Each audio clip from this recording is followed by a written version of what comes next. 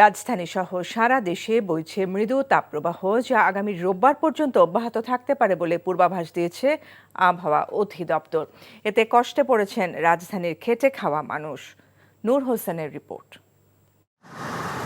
আশ্বিনের আকাশে সূর্যের প্রখরতা যেন বেড়েই চলেছে।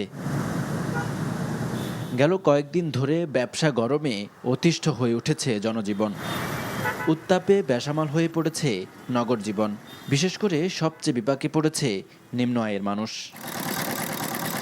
গরমে বিক্রি বেড়েছে রাস্তার শরবত সহ বিভিন্ন ধরনের পানীয়।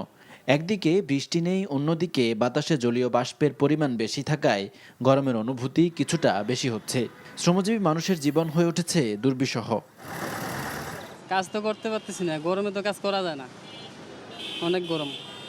একটা খেপ মারলে আর দ্বিতীয়বার খেপ মারার মতো স্কোপ থাকে না। গাড়ি না চালালে খাওয়ান যাবে না, তো এখন বাধ্য আমরা গাড়ি চালাচ্ছি। শুক্রবার রাজধানীতে 36.7 ডিগ্রি সেলসিয়াস তাপমাত্রা রেকর্ড করা হয়েছে।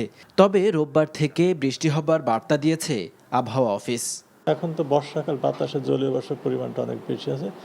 মানুষের শরীর ঘামটা কিন্তু শরীরটা শুকাচ্ছে না, মানুষের কিন্তু অসহনীয় ব্যবসা গরমটা অনুভব হচ্ছে। সারা দেশে কিন্তু এই তাপপ্রবাহটা বিস্তার লাভ করছে এবং এইটা আগামী রবিবার পর্যন্ত এই তাপপ্রবাহটা অব্যাহত থাকবে এবং রবিবারের পরে বৃষ্টিপাতের পরিমাণটা বাড়বে এবং সারা দেশে তাপপ্রবাহটা প্রশমিত হয়ে যাবে। এ সময় বাড়তি সতর্কতা অবলম্বনের পরামর্শ বিশেষজ্ঞদের। নূর হোসেন, এনটিভি নিউজ, ঢাকা। আরে সপ্তাহ একটা ব্র্যান্ডের গুলা আমার বংশ ব্র্যান্ডের কি আপা বিষয় কত বিক্রি গরিবের এলাকা আপনি এমন পাড়া দিব না, গুরু গুরু ভিতরতে সব বাইরে যাবে। আরে ওইটা থামো না, তোরে যদি ইসলামিক চাই সবাই ডিভোর্স না দিছি। আপনারা কি ahoগারে কালিয়া বল আমরা সিয়াম তুমি আমারে আম্মা ডাকলাকে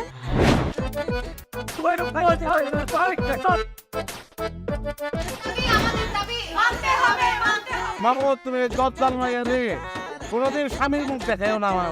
আমি আপনারে আমি দেখে নিব। হাতে লাগে বেতারে হাত ছাইরা দাও সোনার চাচারে। এনজিওর কিস্তি প্রথমবার বিকাশ পেমেন্ট করলেই 20 টাকা ইনস্ট্যান্ট ক্যাশব্যাক।